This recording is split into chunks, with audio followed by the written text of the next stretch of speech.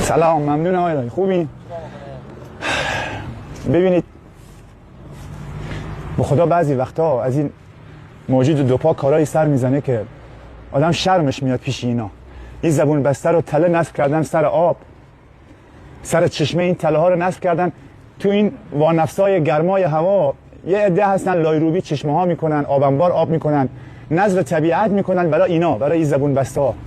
یه انسان نماهایی هستن که تله نصب میکنن، این تله هایی که گرگ از پا در میاره و این پای زبون بسته رو از مچ قطع کرده.